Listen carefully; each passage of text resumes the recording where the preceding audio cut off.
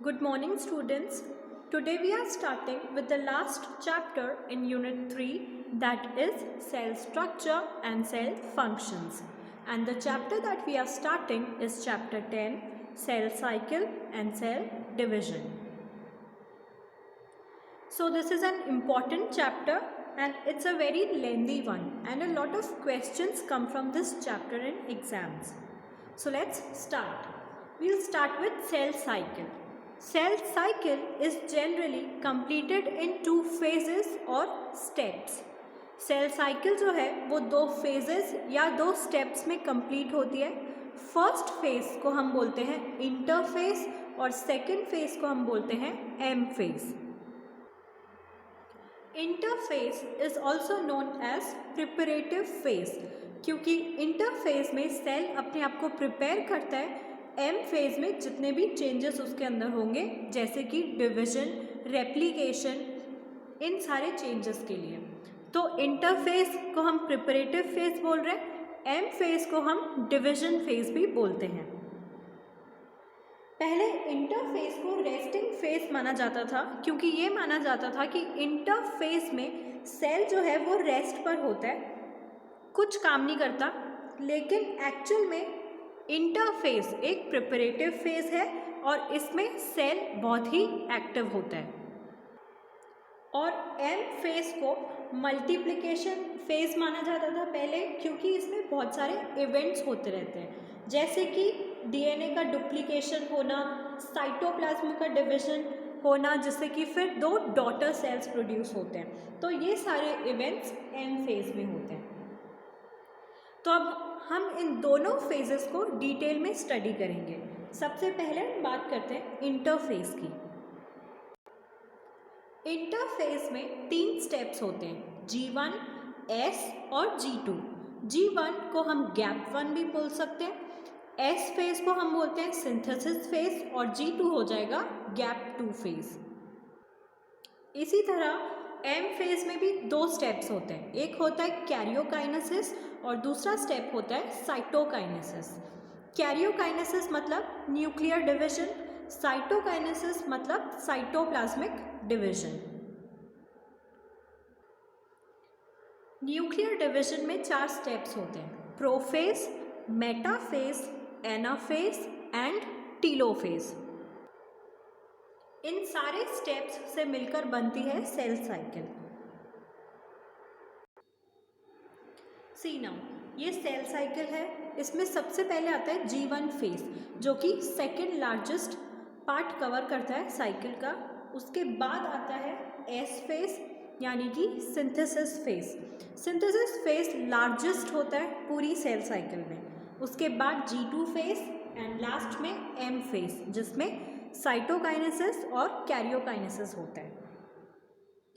G1, S और G2 वाला जो पोर्शन है, तीनों मिलाकर इंटरफेज होता है और M फेज ही रहता है.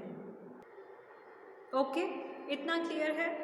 अब अगर हम M फेज को डिवाइड करें तो M फेज में सबसे पहले कैरियोकाइनेसिस होगा, जिसमें सबसे फर्स्ट स्टेप जो आएगा वो होगा प्रोफेज. प्रोफेज के बाद आता है मेटाफेज, फिर एनाफेज और फिर टीलोफेज. टीलोफेज के बाद साइटोकाइनेसिस स्टार्ट होगा, यानी कि साइटोप्लाज्मिक डिवीजन स्टार्ट होगा, जिससे कि सेल डिवाइड हो जाएगा. तो ये हो गई हमारी सेल साइकिल. अच्छा, जो पेरेंट सेल G1 फेज में एंटर होता है सबसे पहले, वो डिप्लॉइड होता है. उसके बाद डिवीजन होता है, जिसमें वो हैप्लॉइड बन जाता है. ओके, इतनी साइकिल समझ में आई. नाउ द सेल साइकिल और cell division cycle are the series of events that takes place in a cell leading to duplication of its DNA and division of cytoplasm or organelles to produce 2 daughter cells.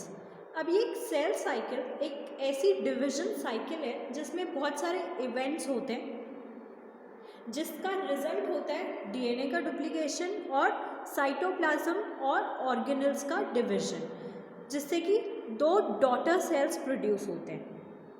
Cell cycle preparation is going to take place in the interphase, that is G1, S1 and G2.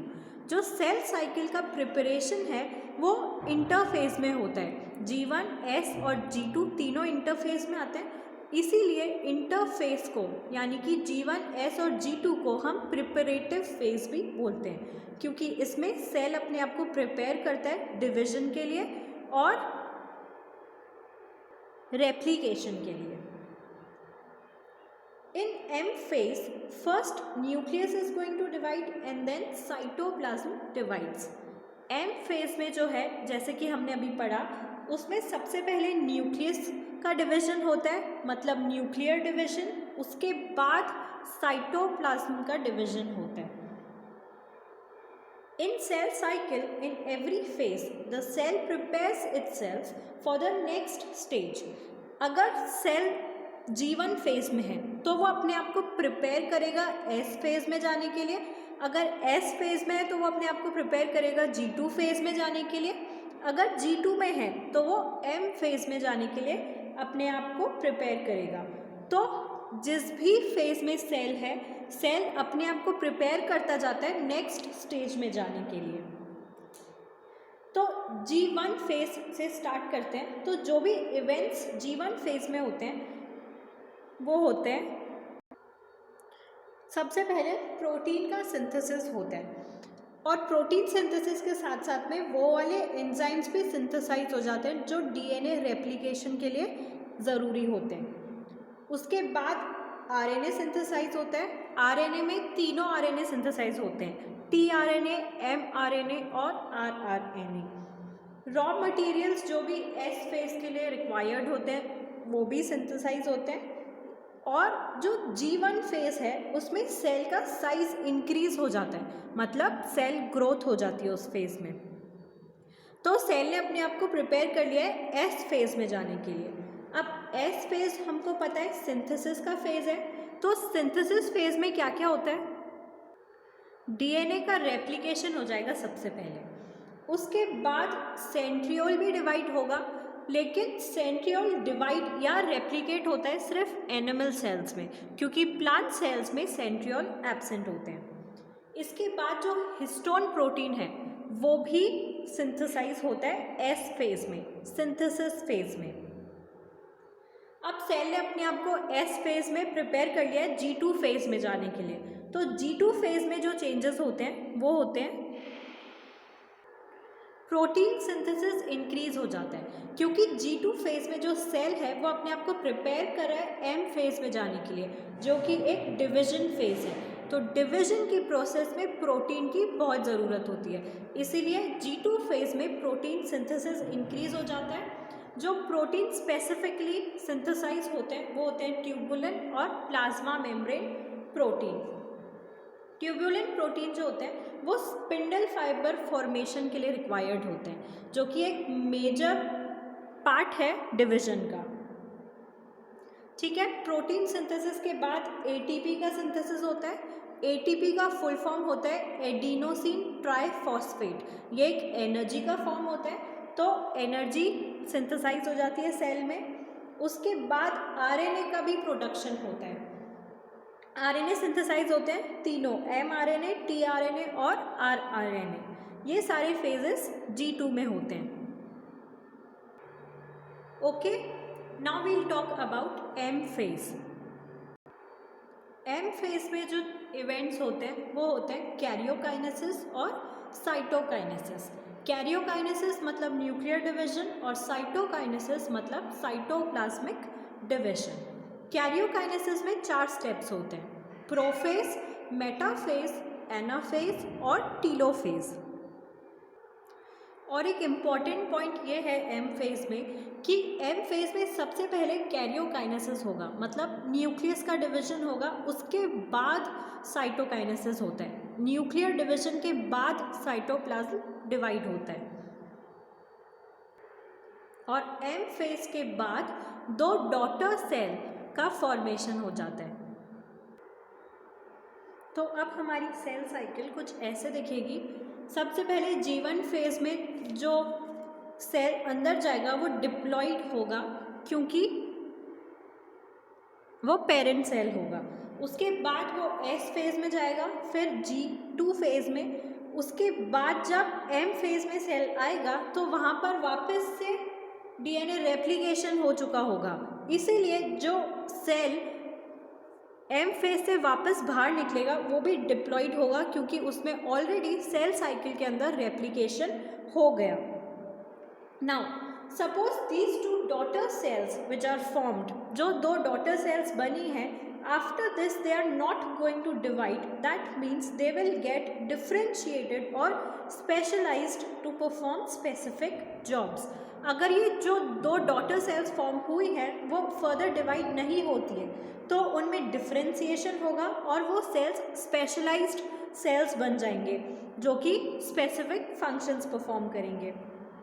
तो जो cell वापस G1 में enter होगी वो parent cell से थोड़ी सी छोटी होगी। फिर G1 में ग्रोथ होती है, जैसे कि हमने अभी पढ़ा था, तो उसकी फिर से ग्रोथ होगी, नॉर्मल सेल के साइज का हो जाएगा वो फिर से।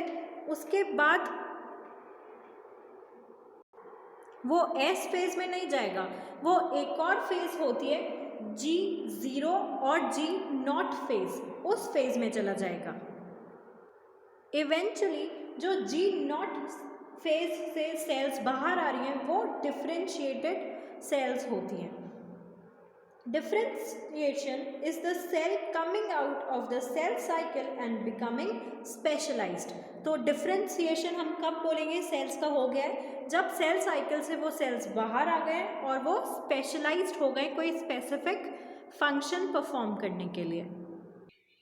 अगर उन डिफ्रेंशिएटेड सेल्स को फिर से डिवाइड होना है तो उनको फिर से सेल साइकिल में आना पड़ेगा। इसका एग्जाम्पल है parenchyma cells. Parenchyma cells differentiation के बाद फिर से सेल साइकिल में आते हैं ताकि वो फिर से डिवाइड करें। इस प्रोसेस को डी डिफ्रेंशिएशन बोलते हैं। ओके, दोनों प्रोसेसेस समझ में आ गई। जो G0 से सेल बाहर आई उसको बोलेंगे डिफ्रेंशिएशन, क्योंकि सेल डिवाइड नहीं हुई। अगर उस सेल को फिर से डिवाइड होना है तो वो फिर से सेल साइकिल में एंटर हो जाएगी, उसको बोलेंगे डी डिफ्रेंशिएशन। अब री डिफ्रेंशिएशन एक और फिनोमिना होता है जब सेल, वही सेल G1, S और G2 और इवेंचुअली M चारों फेजेस से फिर से निकलकर बाहर आती है तो उस सेल को हम बोलते हैं रीडिफ्रेंशिएटेड सेल। ठीक है, समझ आ गए तीनों प्रोसेसेस कैसे होते हैं। सबसे पहले सेल साइकिल कंप्लीट करने के बाद जब सेल G0 में जाता है तो उसको बोलते हैं डिफ्रेंशिएशन। उसके बाद सेल का मन होता है कि वो फिर से डिवाइड हो, या कोई स्पेसिफिक फंक्शन ऐसा हो जाता है कि उसको फिर से डिवाइड होना होता है। एग्जाम्पल पेरेन्काइमा सेल्स, तो वो फिर से सेल साइकिल में एंटर होते हैं, उस एंटरेंस को बोलेंगे डी डिफ्रेंशिएशन। फिर एंटर होने के बाद वो सेल फिर से G1, G2, S फेज और M फेज में होती है तो उस सेल को हम बोलेंगे रीडिफ्रेंशिएशन प्रोसेस और रीडिफ्रेंशिएटेड सेल। Okay, understood. अब एक इम्पॉर्टेंट टर्म है यहाँ पर C value. C value is the total DNA content present on one set of chromosome। एक क्रोमोसोम के सेट पर कितना DNA प्रेजेंट है उसको हम बोलते हैं सी वैल्यू। इसको हम डिनोट करते हैं N से और इसका यूनिट होता है पिकोग्राम। तो किसी भी सेल की सी वैल्यू हमेशा PG के फॉर्म में दी जाती है।